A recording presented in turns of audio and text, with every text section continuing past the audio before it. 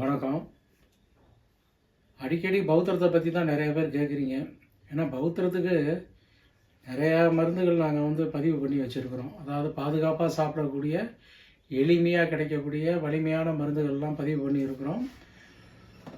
அதை அதை சில பேர் அவங்கவுங்க சந்தர்ப்பத்தில் சேகரித்து சாப்பிடக்கூடிய ஒரு விஷயமா இருக்கும் அப்படின்றதுக்கு தான் பலவிதமான எளிமையான மூலிகைகள்லாம் நாங்கள் போட்டிருக்கோம். இருப்பினும் இன்னும் சந்தேகத்தை கேட்டுட்ருக்காங்க. ஒருத்தர் கேட்டார், ரொம்ப க்ரானிக்கான ஸ்டேஜ்லலாம் இருக்குது, இதை சாப்பிட்லாமா அப்படின்லாம் கூட கேட்குறாங்க. ஒருத்தர்னு இல்லை, நிறைய பேர் கேட்குறாங்க.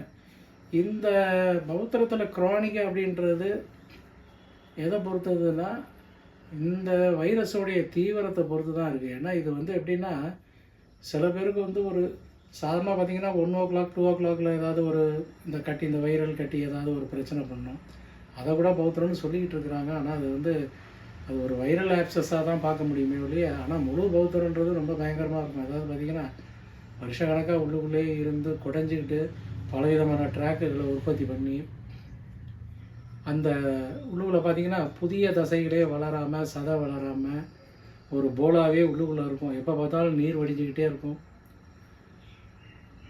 ஒரு அழுகிய வாடைகள்லாம் இருக்கும். சில பேருக்கு பார்த்திங்கன்னா ரொம்ப க்ளோஸாக மலக்குடலையும் பாதிக்கிறதுனால அதில் ஒரு ஃபிஷர் ஃபார்ம் ஆகி அதுலேருந்து கூட ரத்த கசிவுலாம் வரும். அதை சரியாக கவனிக்காமல், அதாவது பார்த்திங்கன்னா இந்த ஓட்டையில் சீல் வர்றது, தண்ணீர் வர்றது சகஜமாக இருக்கும். சில பேருக்கு ரத்தம் வர ஆரம்பிச்சிடும்.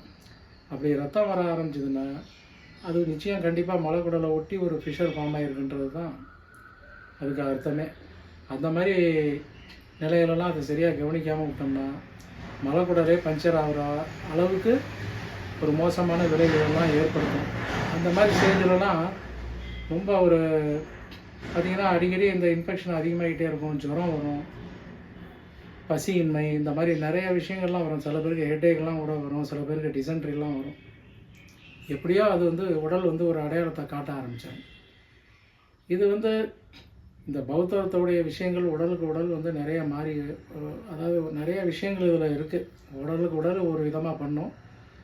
அதை பற்றி நம்ம தெளிவாக சொல்லணும்னா இதுக்கு அவங்கவுங்க பிரச்சனையை தனியாக எக்ஸ்பிளைன் பண்ணால் தான் அவங்கவுங்களுக்கு புரியும். அதனால் நீங்கள் தொடர்பு கொள்கிறீங்க, சந்தோஷம், விஷயங்களை கேட்குறீங்க. ஆனால் சுயமாக மருந்து செஞ்சு சாப்பிட்ணுன்றம்போது ரொம்ப இன்னும் எளிமையாக கிடைக்கக்கூடிய மருந்துகளை தேடிக்கிட்டு இருக்கீங்க.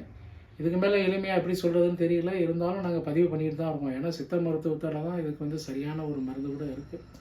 ஏன்னா ரொம்ப தீவிரமான பௌத்திரத்தில் பார்த்திங்கன்னா 7, 8, 10 வருடம் கூட ரொம்ப சஃபராக இருக்கக்கூடிய பௌத்திரங்கள்லாம் கூட இருக்குது. நிறையா சர்ஜரி பண்ணவங்க. இது கிட்டத்தட்ட பார்த்திங்கன்னா இது உள்ளுக்குள்ளே இருக்கக்கூடிய ஒரு கட்டிகள்லாம் கூட ஒரு டிபி கட்டியாக கூட இதை பார்க்குறது உண்டு. ஒரு புற்றுநோய்க்கு சமமான ஒரு மருந்தை இதில் எடுத்துக்கும் போது தான் ஒரு கேன்சருக்கு எப்படி ட்ரீட்மெண்ட் கொடுக்குறோமோ அதே ட்ரீட்மெண்ட், அதே டிட்டோவில் இந்த ட்ரீட்மெண்ட்டு கொடுக்கும்போது தான் இந்த மாதிரி தீவிரமான பிரச்சனைகள்லாம் மாறும். அதை மனசில் பதிவு பண்ணிங்க. அதுக்கு தகுந்த மாதிரி உணவுகளையும் சாப்பிட்ணும். நீக்கிறது பெரிய விஷயம் இல்லை, சேர்த்தல் ரொம்ப முக்கியம். எதை நீக்கணும், எதை சேர்க்கணும் அப்படின்றது தான் பத்தியத்தோட ஒரு முழுமையை. பத்தியம்னா சேர்த்தல், நீக்குதல் அப்படின்றது பொருள்படும். அதனால் என்னென்ன உணவுலாம் தேர்ந்தெடுத்து சாப்பிட்லான்னு கடந்த தொடர்களில் நாங்கள் நிறையா பதிவு பண்ணியிருக்கோம். அதெல்லாம் பாருங்கள். இருப்பினும் உங்களுக்காக ஒரு மருந்து, ஒரு எளிமையான மருந்து, வலிமையான மருந்து நான் இப்போ உங்களுக்கு சொல்கிறேன். இது ஒரு கஷாயம்தான். ஏன்னா நாள்பட இதை ப்ரிசர்வ் பண்ணி வச்சுக்கலாம் சாப்பிட முடியாது. இதை பொடி ரூபத்தில் வச்சுக்கிட்டு நீங்கள் கண்டிப்பாக சாப்பிட முடியாது.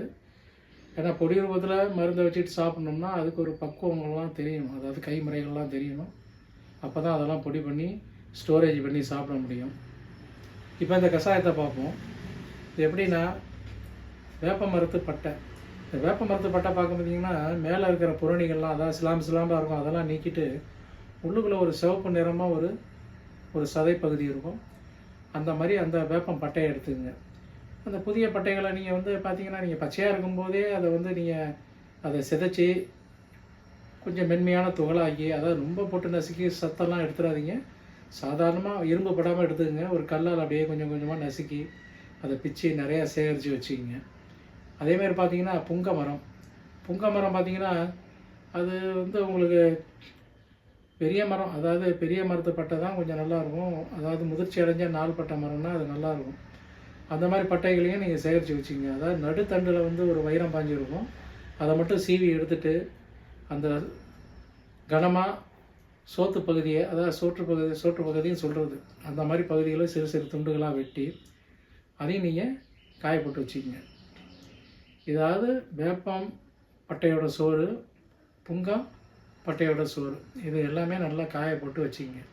இது கூடுமான வரைக்கும் வந்து ஒரு கல் உரலில் இடிக்கிறது தான் நல்லாயிருக்கும். நீங்கள் வந்து மிக்ஸி போன்ற அறவைகள்லாம் எந்த அளவுக்கு சாத்தியம்னு தெரியல. இருந்தாலும் நிறையா வந்து இப்போ வந்து ரொம்ப பவர்ஃபுல்லான மிக்ஸிலாம் வந்திருக்கு. அது மாதிரி பார்த்து ஒரு சின்ன சின்ன துண்டுகளாக போட்டு வேணால் குறப்பான தூளாக அரைச்சி வச்சுக்கோங்க. ரொம்ப நைஸாக அரைக்கணும்னு அவசியமே கிடையாது.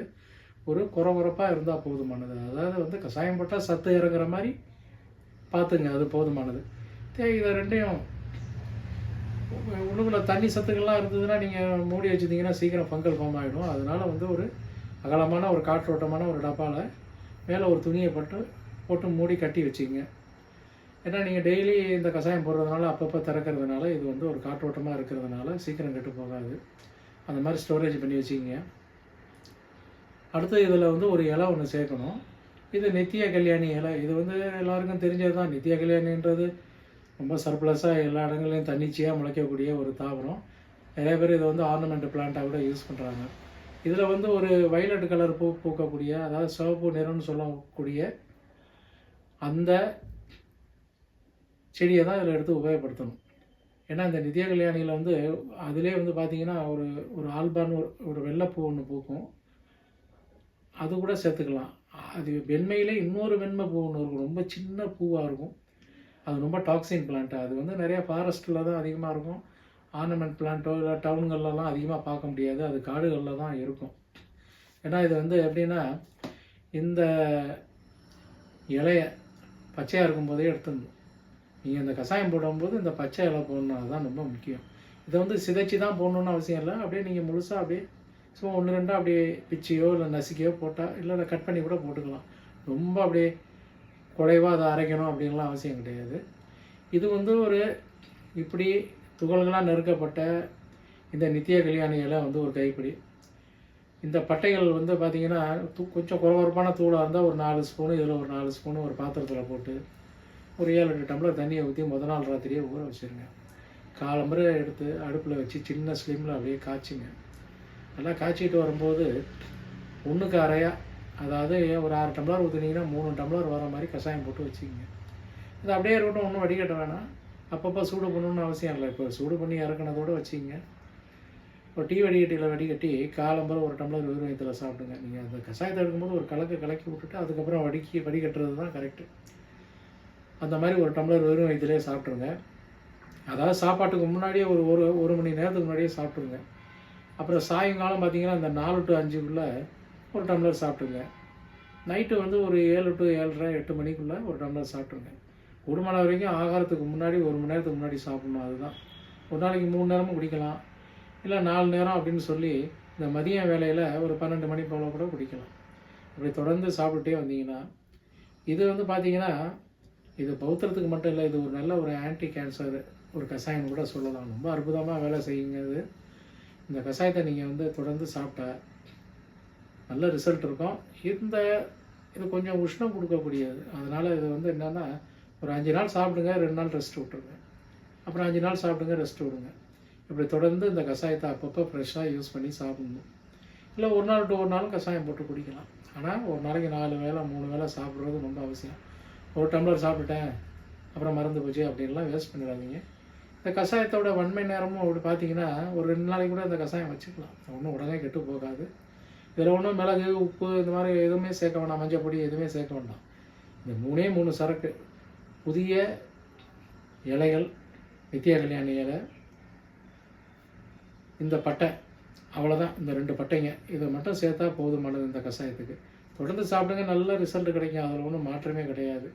மேலும் வந்து ஏதாவது புண்ணில் ஏதாவது ஒரு தொல்லை பண்ணால் மட்டும், முன்னாடியே நாங்கள் பதிவு பண்ணியிருக்கோம், புங்காய் இலை வந்து பார்த்திங்கன்னா ஒரு கொஞ்சம் கொழுந்த இலையாக அரைப்படுற இலையாக பார்த்து அம்மியில் வச்சு நீங்கள் அரைக்கும் போது கொஞ்சோண்டு ஒரு கடுக்கா துண்டு, அதாவது கடுக்கான்னா மேலே தட்டி மேலே இருக்கிற ஒரு ஓடு மாதிரி இருக்கும், கெட்டியான பொருள், அதை மட்டும் வச்சா போதும். கொஞ்சோண்டு மஞ்சள் பொடி, இது 3மே வச்சு தண்ணியை தெளித்து நல்லா அரைச்சிட்டு அந்த இடத்துல வச்சு கட்டினா போதுமானது. கட்டலாம், இல்லைனா வந்து வேறு உபாயங்களில் வேறு ஏதாவது ஒரு காட்டன் மாதிரி உள்ள ஒரு பகுதிகளை வச்சு கனமாக கூட அப்பி தடவி வச்சு கட்டிக்கலாம். இப்படி தடவினீங்கன்னா ரொம்ப வேகமாக அந்த அங்கே இருக்க குத்தல் வலி எரிச்சல்லாம் கூட கொஞ்சம் குறையும். உள்ளுக்குள்ளே ஏதாவது நீர் பொருள்கள் ரொம்ப கோத்து நின்றுக்கிட்டு வெளியில் வராமல் தாமதிக்கும் போது கூட இது வேகமாக சக் பண்ணி அந்த நீரை எடுத்துரும். எவ்வளோக்கு எவ்வளோ வந்து உங்களுக்கு உள்ளுக்குள்ளே ட்ரை ஆகுதோ அப்போ தான் இது வந்து ரொம்ப சீக்கிரமாக உள்ளுக்குள்ளே சதை வளரும். உள்ளுக்குள்ளே இன்ஃப்ளமேஷன் நிறையா அப்பப்போ உற்பத்தி ஆகிட்டே இருந்ததுன்னா, உள்ளுக்குள்ளே அப்பப்போ உணவோடு சம்மந்தப்பட்டு ஓமையால் சம்மந்தப்பட்டு வைரஸ் ஆக்டிவேட் ஆகிட்டே இருந்ததுன்னா, உள்ளுக்குள்ளே உங்களுக்கு அந்த வைரஸே உங்களுக்கு உள்ளுக்குள்ளே இருக்கக்கூடிய இந்த அஸ்தரத்த குழாய்கள்லாம் அரித்து எடுத்துக்கிட்டே போயிடும். இப்படி அரிப்புகள் அதிகமாக ஏற்பட்டுச்சுன்னா இது கண்டிப்பாக வந்து ஒரு புற்றுக்கு சமமான ஒரு ஆறாத ஒரு புண்ணாக இது பார்க்கப்படுது. அதனால் பௌத்திரம் வந்து ஒரு விளையாட்டான ஒரு நோய் கிடையாது. சரியாக சிகிச்சை எடுத்துக்கலைன்னா இதுவே உங்களுக்கு பல உபாதைகளை ஏற்படுத்தும். குரோன்ஸ் கூட வரும். பெண்களுக்கு இந்த வியாதி வந்ததுன்னா கர்ப்பம் கூட தரிக்காது. அப்படியே தரித்தாலும் கர்ப்பம் களையக்கூடிய விஷயங்கள் கூட இருக்குது. இதை இப்போ லேட்டஸ்ட்டாக ஆய்வு பண்ணி கூட கண்டுபிடிச்சிருக்காங்க. பழைய காலத்துலேயே இதெல்லாம் சித்தர்கள் நூலில் ரொம்ப சாதாரணமாக இதெல்லாம் பதிவு பண்ணியிருக்காங்க. அதாவது பெண்களுக்கு இது வந்ததுன்னா கர்ப்பம் தெரிக்காதுன்னே ஒரு பதிவு கூட உண்டு. இந்த மாதிரி பௌத்திரம் வந்து ஆனலில் மட்டும் இல்லை, ஆனலுக்கு கீழே இருக்கக்கூடிய விரை போன்ற பகுதிகளில் கூட வரும். இதை வந்து அண்ட பௌத்திரம்னு கூட குறிப்பிட்டு வச்சுருக்காங்க. அந்த மாதிரி வந்து டெஸ்டிகல்ஸ்லேயும் அது மாதிரி வரும். அதேமாதிரி பெண்களுக்கு வந்து பிறப்பு உறுப்புலையும் வரும். அது ரெக்டோவெஜினல் ஃபிஸ்டுலான்னு சொல்லுவாங்க. அது ரொம்ப மோசமானது. இந்த மாதிரிலாம் நாங்கள் நிறைய விஷயங்கள்லாம் பதிவு பண்ணியிருக்கோம். பௌத்திரத்துக்கு கைகண்ட சிகிச்சை ஒரு அற்புதமான சிகிச்சை, அறுவை சிகிச்சை இல்லாத ஒரு சிகிச்சை அப்படின்னு பார்த்தீங்கன்னா சித்த மருத்துவத்தில் தான் இருக்குது.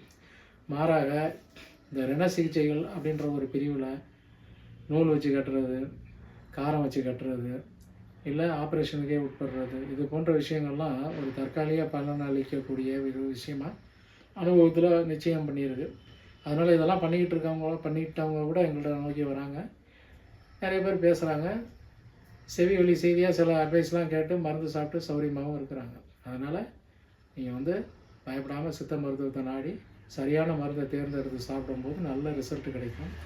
அனுபவம் உள்ளவங்கள்ட்ட வைத்தியம் பார்த்துங்க. நன்றி, வணக்கம்.